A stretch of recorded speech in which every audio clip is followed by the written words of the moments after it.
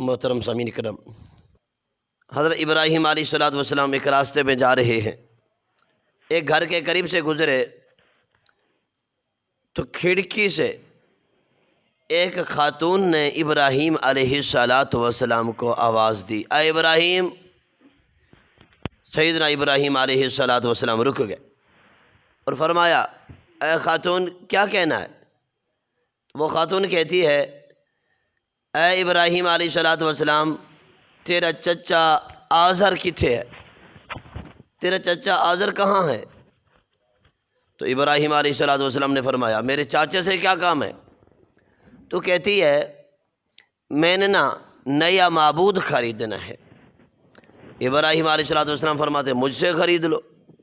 کہتی تو ہمارے خداؤں کو برا بھلا کہتا ہے، لہذا میں نے تیرے چاچا سے خریدنا ہے۔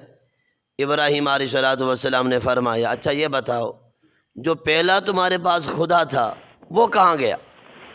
پہلا جو بت تھا وہ کدھر گیا؟ وہ خاتون کہتی ہے، جی رات کو کوئی چور آئے ہیں اور ہمارا معبود جو تھا وہ چوری ہو گیا ہے۔ ابراہیم علیہ الصلوۃ والسلام نے فرماتے ہیں، بتاؤ وہ کیسا خدا تھا تمہارا، وہ خود چوری ہو گیا ہے؟ ابراہیم علیہ الصلوۃ والسلام نے فرمایا، اے خاتون، کیا میں تجھے اس خدا کے اوصاف نہ بتاؤں جو تیرے مشکل وقت میں تیری حفاظت کرے؟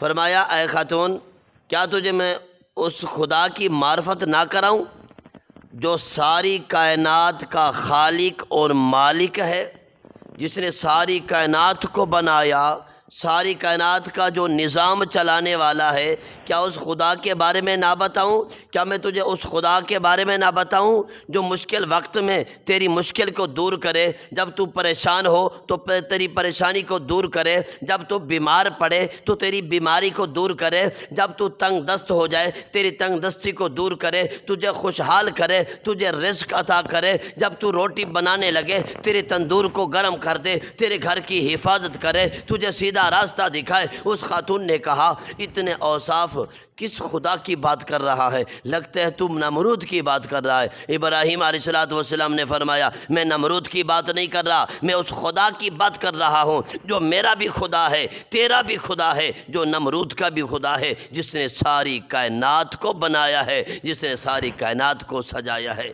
میں اس خدا کی بات کر رہا ہوں۔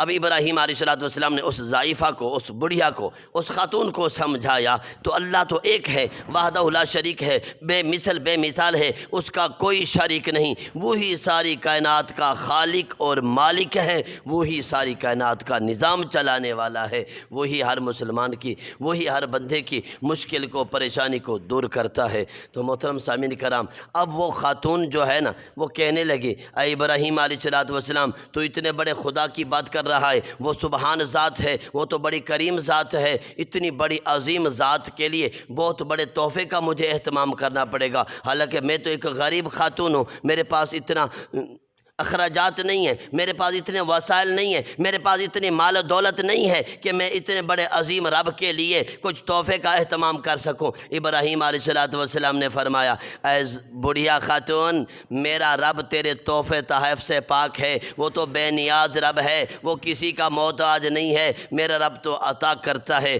وہ لینے والا نہیں، وہ تو دینے والا ہے۔ محترم سامعین کرام، اس خاتون نے کہا، اچھا مجھے وہ خدا کیسے ملے گا؟ تو ابراہیم علیہ الصلوۃ والسلام نے فرمایا، اے ضعیفہ، اے خاتون، تجھے ایک کلمہ پڑھاتا ہوں، یہ کلمہ تو پڑھ لے، وہ خدا تیرا ہو جائے گا، وہ تیری حفاظت بھی کرے گا، تیرے گھر کی حفاظت کرے گا، تجھے عطا کرے گا، تیری پریشانی کو دور کرے گا، تیری تنگ دستی کو دور کر دے گا، تیری ہر مشکل کو دور کرے گا، مشکل وقت میں تیرے کام آئے گا۔ اس نے کہا، اے ابراہیم، پھر دیر نہ کرو، وہ جو کلمہ پڑھانے والے ہو جلدی پڑھاؤ۔ ابراہیم علیہ الصلوۃ والسلام نے فرمایا، پھر پڑھ لا الہ الا اللہ ابراہیم خلیل اللہ۔ اس ضعیفہ کے لیے ایمان کے دروازے کھل گئے، وہ کلمہ پڑھ کے مسلمان ہو گئی، دین ابراہیمی کو اس نے قبول کر لیا، ابراہیم علیہ الصلوۃ والسلام کی صحابیہ بن گئی۔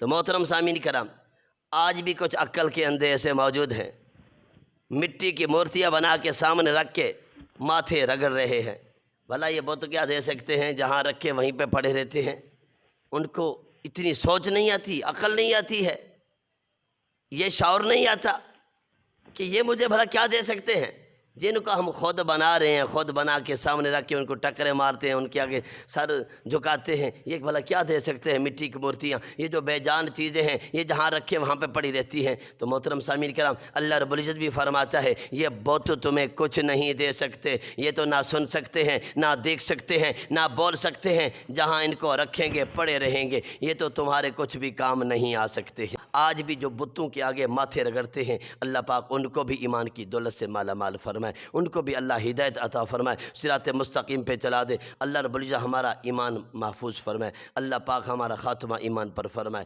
آمین۔ وآخر دعوانا ان الحمد للہ رب العالمین۔